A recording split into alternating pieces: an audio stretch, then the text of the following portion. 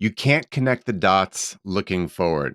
You can only connect them looking backward. So you have to trust that the dots will somehow connect in your future. You have to trust in something, your gut, destiny, life, karma, whatever. Steve Jobs said that you can't connect those dots looking forward. And you need to have this faith in yourself. You need to know that when you're making a bold step forward, like moving from corporate to entrepreneurship, as I did, as all my clients are doing, you need to have faith that going forward, it will make sense. All the dots do connect. And in hindsight, you can draw those lessons. Now, I've gone through this process. It took years. And now I have a framework, a way of talking to people on how they can do it themselves, moving from corporate to entrepreneurship. And having that framework, we can compress decades into days. Now, that's what I want to share with you today. Someone asked me recently, what do you wish you could tell your past self going through this whole process? Well, I'm going to share 12 lessons I wish I'd known then. And I want you to take these to heart right now because I guarantee no matter where you are, firmly in your default path, a corporate life, maybe you are spinning up side hustles, or you're into real estate, or you're trying to make some new sources of money, or maybe you're out already. Maybe you've been laid off, you took a severance, you've started your business, and you're floundering a little bit. I want you to take these 12 lessons to heart and how to properly shift from corporate to entrepreneurship. These will surprise you, I promise. Let's dive in. Welcome to Uncage Yourself. I'm Matt Doan. On this show, we explore strategies to help family-focused professionals smartly graduate corporate life and build entrepreneurial freedom. Our goal? Maximize freedom, income, and impact. See MatthewDoan.com for more. Now, let's dive in.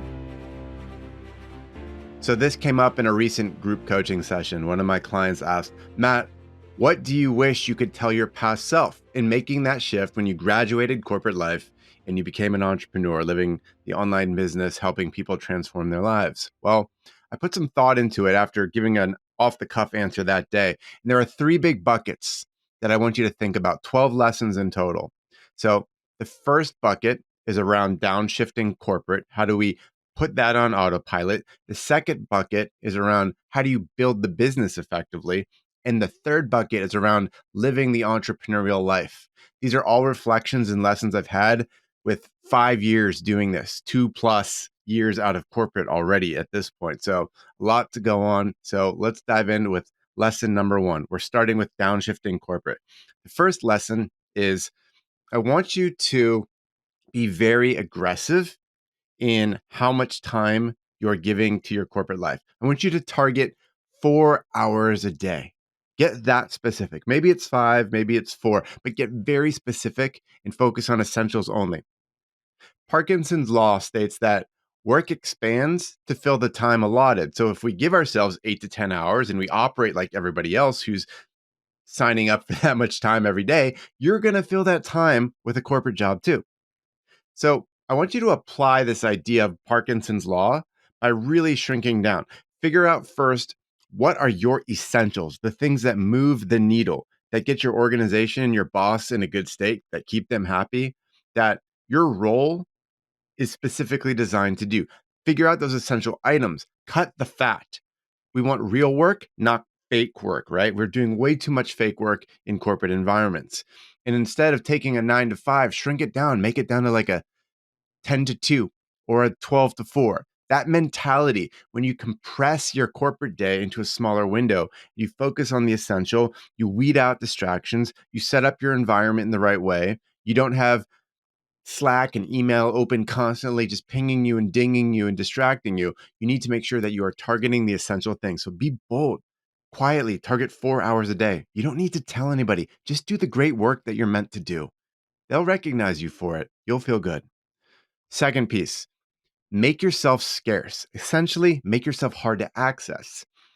One of the great personal development authors, Robert Greene, talks about a specific strategy in the 48 Laws of Power.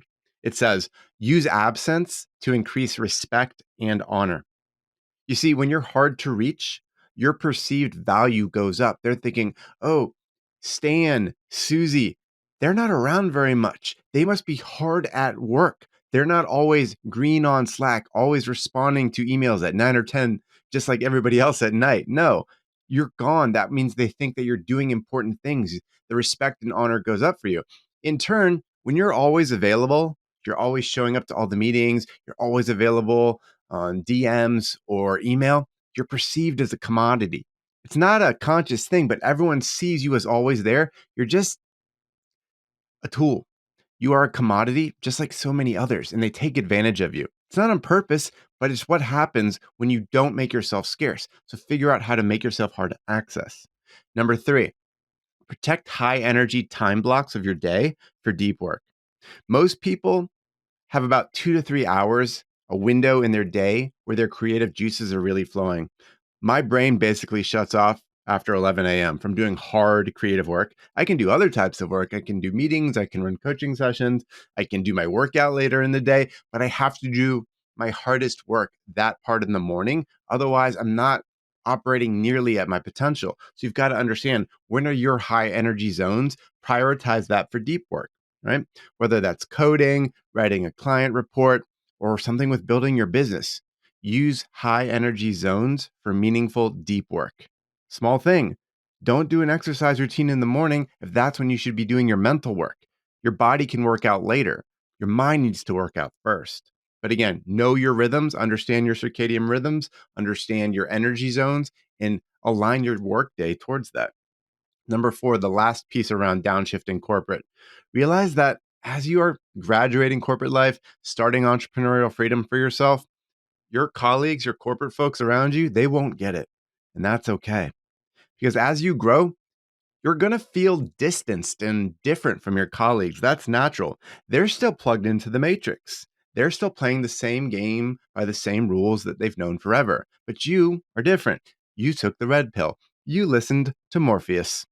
And like moving on from an old set of friends who haven't grown up, that aren't good for you anymore, you have to be okay with moving on too.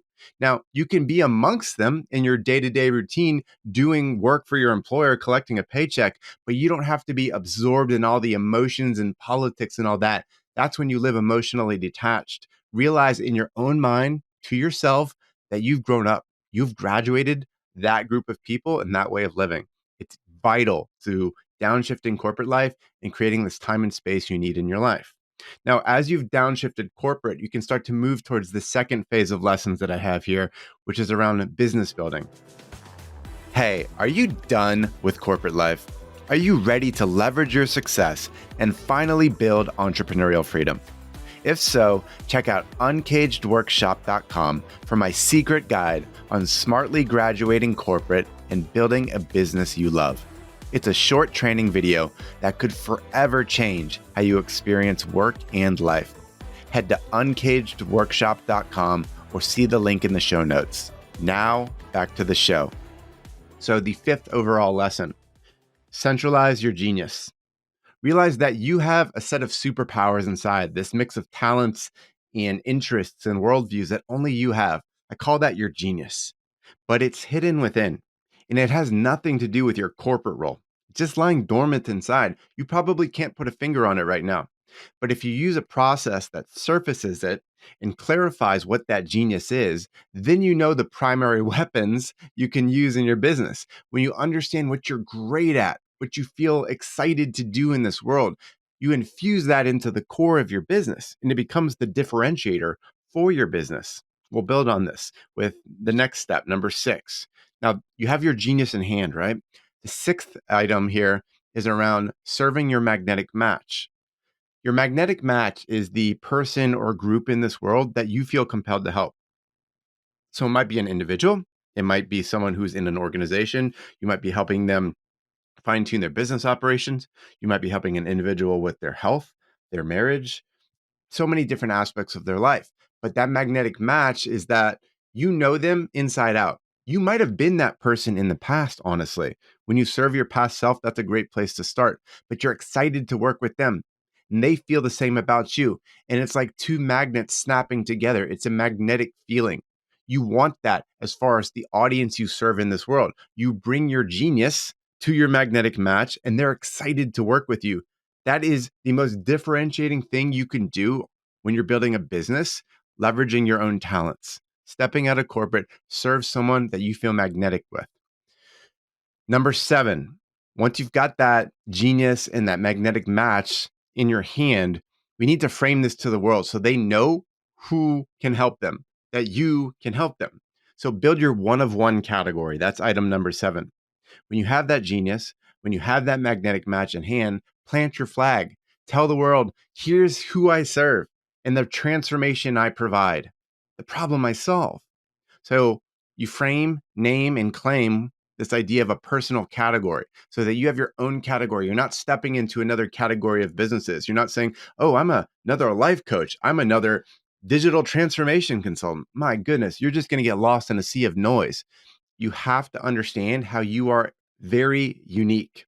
And we use custom languaging so that people perceive you and your business as unique. We get very crafty but clear in how we frame up what our category is. So people see it on billboards, as in your LinkedIn profile, social media. You talk about it in emails. Maybe you're giving a presentation on stage to a professional association. Maybe you're guesting on a podcast, and you always talk about that category using that custom language, and people perceive you as unique. That is half of the marketing game, and marketing is half of business. You want to be perceived as unique. So then number 8, when we think about business building, when you bring all this to life, you've got this genius, your magnetic match, you framed up to the world what your personal category is, then what is it that you actually deliver? When you're stepping out of corporate, I advise something very simple and very valuable. Be premium. Sell something that is high ticket, exclusive, and small. When you do something premium, that means you're not falling victim to all that noise out there about you need to go build a large audience, a bunch of followers on social media, and sell some cheap digital products for $97. That will exhaust you. You don't have time for that. You are rapidly trying to graduate corporate life and build a new vehicle for active income that excites you, and you can prove it works, and you're getting returns on it financially and in other ways too. So instead of playing that long-term audience building, sell a bunch of cheap stuff, that's not differentiating. You want to live in premium land. So package your genius into one premium, high leverage, easy to deliver service. We don't want to create another time for money game for ourselves. You are done with that life. You want to be able to price for premium outcomes, premium delivery for premium clients. When you have that, it's higher quality clients, higher quality outcomes, and you can do a bunch of this at once. You can standardize some of your work. You can make them do some of the work, right? You're not just consulting to them, doing all the work for them, but you can have a portfolio, 4, 5, 10 clients. I can handle myself up to 50 the way I've designed this with no problem whatsoever without bringing on additional coaches. And I even already have some coaching support, but you can really scale this in a hurry because you're focused on getting them the outcome, not on giving them the hours. So create a transformational outcome for your magnetic match by starting premium out of the gate in the service that you deliver. Again, whether you're helping some individual or helping some organization, use your natural genius. Figure out how to just quickly give it to them, package it in the right way so they get premium outcomes. This is how you jumpstart your business quickly. So that is the second bucket, talking about business building lessons.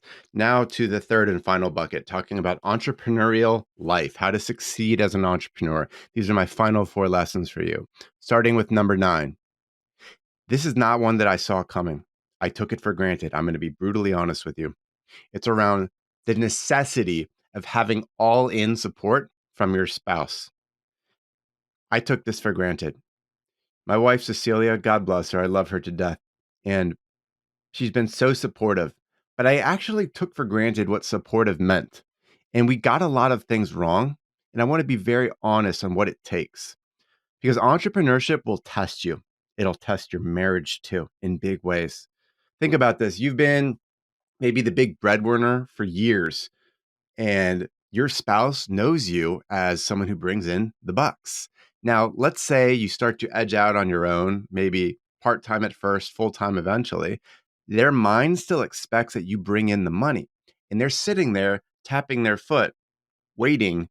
When are you going to succeed? When's it coming in? Why is it taking so long? That's where we fell victim. We got this wrong. We realized that it couldn't just be me trying to succeed.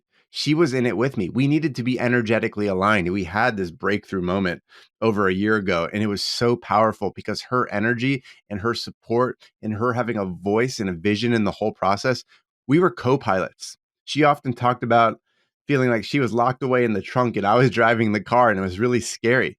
That's exactly what it can feel if someone is in a marriage and driving the entrepreneurial ship on their own without the support, the active support of their spouse. You need to be co pilots sitting in the two front seats together. I hope that makes sense because you're going to have inevitable ups and downs.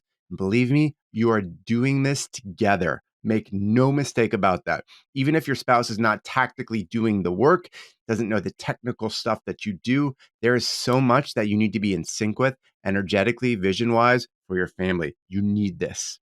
So, all in support from your spouse is essential. Number 10, I want you to be obsessively good at nurturing good energy in your home. The energy game is the game of life. When you and those around you, your family and friends, are vibrating in emotional states of joy, optimism, progress, guess what? The business will succeed a lot more. You're going to have a lot more opportunities coming your way. Life prospers. It's pretty awesome. Makes sense, right? If you're in a down state, oh, bad things are always happening. Clients don't come my way. This isn't working. Your spouse is saying, honey, when are you going to start pulling in money? Where do you think that goes? You don't have good energy in your home, or you're fighting in front of your kids and they're worried about what money is and scarcity starts to overrun their lives, this really gets bad in a hurry. You have to understand to raise your energy in your home is everything. When you're in an environment like that, which is the majority place you spend your time anyways, when it feels good, optimistic, vibrating in joy and optimism, that takes careful work from you setting the tone, being the role model, but then also nurturing that in your family, helping them raise their vibrations, helping them feel better and understand that this is a beautiful life we're creating. And when you raise energy, everything goes better, business and life wise. So just focus your thoughts only on what you want. This is the core thing for raising your energy. You don't want to focus on what you lack. Never focus on what you lack. Only focus on what you want because thoughts lead to feelings and feelings lead to actions. So you want powerful thoughts that create good feelings that then take inspired actions towards your goals. I hope that makes sense. Nurture that good energy in your home. Number 11, I want you to expect a certain pattern called grow, stabilize, dip. Just like you're trying to build new types of muscle in the gym, focused work on certain types of muscles, when you follow a regimen, when you keep going to the gym, you're going to grow those muscles. You're going to find gains, right? But then you plateau for a bit. Those same workouts don't give you the same gains anymore. And maybe even feels like it goes downhill, like you're losing traction. So you try to change things up. You reach for new heights. And when you try to do something radically different to build new muscle, you get knocked down again. But then you realize that that's exactly what you needed to build new muscle. You need to shock the system, try new things. And when you zoom out, whether it's building muscle on your body or whether it's actually the process of growing your business, growing, then stabilizing, then dipping is exactly the zigzagging process. But it all, when you zoom out, goes up and to the right. You can imagine it looks very spiky in the moment. It's frustrating. But when you look at where you were 3, 6, 9 months ago compared to where you are right now, you're like, oh my goodness, look how far we've come. Look how great this business is. It's done so much. We are so far ahead of where we used to be. You've got to realize that is your pattern. That's how entrepreneurship works. It is completely unlike the corporate world where it just feels like it's steady gains for a long time. This brings us to the final lesson, number 12, and this is vital. I live by this. It's one of the core pillars of my program. I call it activating your future self as soon as possible. You want to give your future self control. Think about 3 years from now, your ideal future self who's living a badass, amazing life, your family's in a great state, you're doing work you love, you're in control of your time. That version of you necessarily must be bolder, more assertive, and in control, right? They're not dominated by external forces or jobs. They're very much in the driver's seat, being bold, being aggressive in the right ways. So I want you to bring that future self into the now. Write about that person, speak about that person, envision that version of you. See and feel that person in your mind. And then every day, I want you to call upon them day after day. to make hard decisions now that will create future you and your family's life that you deserve, right? If your future self is calling the shots right now, you're not going to be bold and timid because that person is way bolder and way more assertive than the version of you that exists right now. So take that version of 3 years from now, pull them into the present moment, give them the wheel and say, go, I trust you. Be your future self now.